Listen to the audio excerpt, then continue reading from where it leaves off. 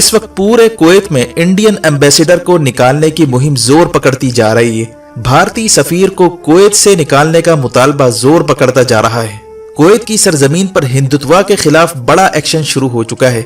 BJP और RSS के supporters के साथ साथ अब भारतीय सफीर को निकालने की मुहिम शुरू हो चुकी है, क्योंकि इंडियन एम्बेसडर ने हाल ही में हिजाब को सपोर्ट करने वालों पर शदीद तनकीद की थी। यहाँ तक कि इन्हें फॉरेन एजेंट भी कहा था, जिस पर कुवैत की अवाम और सिविल सोसाइटी ने इंडियन एम्बेसडर को निकालने का मुतालबा कर दिया है। कुवैत की अवाम का कहना है कि इंडियन एम्बेसडर ने बजाय भारत की तर्जुमानी करने के उसने तो बीजेपी की तर्जुमानी शुरू कर दी है। इसीलिए अब वक्त आ गया है कि बीजेपी पर बैन लगाने के साथ साथ अब इंडियन एम्बेसडर को कुवैत से निकाला जाए।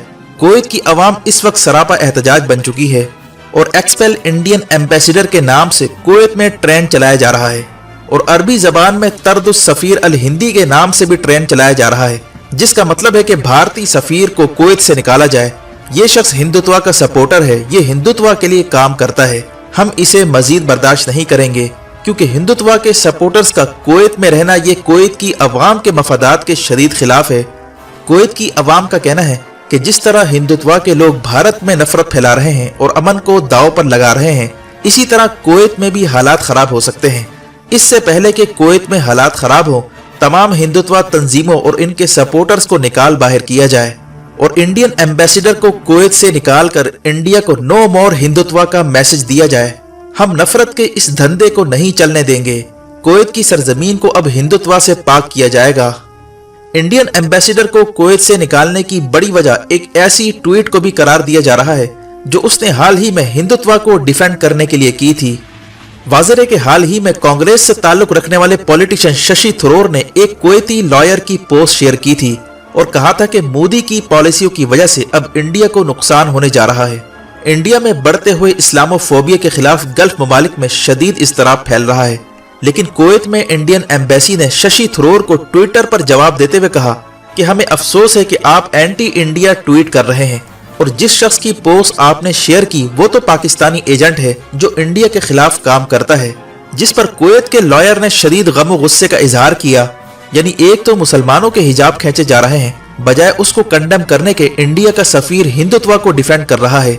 ये वो चीज है जिससे कुवैत की अवाम में मजीद गुस्सा फैल रहा है और अब कुवैत की अवाम की जानिब से मुतालबा सामने आ रहा है कि कुवैत में जो इंडियन एम्बेसडर है उसे कुवैत से निकाला जाए, क्योंकि इसने हिंदुत्व को डिफेंड किया है। इसने मुसलमानों के जज्बात का ख्याल तक नहीं रखा और ये भारत की बजाय बीजेपी की नौकरी कर रहा है, जबकि बकिया गल्फ ममालिक में तकरीबन सभी इंडियन कौंसलेट का यही हाल है। बीजेपी की गवर्नमेंट कौंसलेट के थ्रू हिंदुत्व के एजेंडे को फरोग दे रही है। वाज़ेह है कि किसी भी मुल्क की एम्बेसी स्टेट को रिप्रेजेंट करती है, ना कि मखसूस तबके को। लेकिन कुवैत में इंडियन एम्बेसी ने सारी हदें क्रॉस करते हुए इंडियन पॉलिटिशियन शशि थरूर को न सिर्फ कंडेम किया, बल्कि कुवैत के मशहूर लॉयर को पाकिस्तानी एजेंट भी करार दे दिया था। यानी अब बिल्ली मुकम्मल थैले से बाहर आ चुकी है। हिंदुत्व का ये नेटवर्क जो छुप कर कौंसलेट में चलाया जा रहा था वो मुकम्मल एक्सपोज हो चुका है। इसीलिए अब कुवैत की अवाम की तोपों का रुख इंडियन एम्बेसडर की तरफ हो चुका है और इस वक्त हिंदुत्व के कारिंदों के खिलाफ सख्त एक्शन लेने का मुतालबा जोर पकड़ता जा रहा है, जिसके बाद आरएसएस और बीजेपी को फंडिंग देने वाली कंपनियों पर भी हाथ डाला जा सकता है, जिसमें सर फहरिस्त टाटा कंपनी का नाम आता है, क्योंकि बीजेपी की 75% फंडिंग टाटा की जानिब से आती है और टाटा कंपनी अब इसराइल के साथ मिलकर ऐसे हथियार बनाने पर भी काम कर रही है जो मुस्तकबिल में मुस्लिम ममालिक के खिलाफ इस्तेमाल हो सकते हैं। जबकि ये भी रिपोर्ट्स आ रही हैं कि आसाम में जिस तरह मुसलमानों को दरबदर किया गया और उन्हें गैर कानूनी बंगाली करार देकर इनकी जमीनों पर कब्जे किए गए, इसके पीछे भी टाटा कंपनी का हाथ था, क्योंकि वहां टाटा कंपनी के लिए जमीनें खाली करवाकर इंडस्ट्रियां लगाने का प्लान बनाया जा रहा है। यही वजह है कि कुवैत से बीजेपी के एम्बेसडर को निकालने के साथ साथ मजीद इकदामात पर भी गौर किया जा सकता है।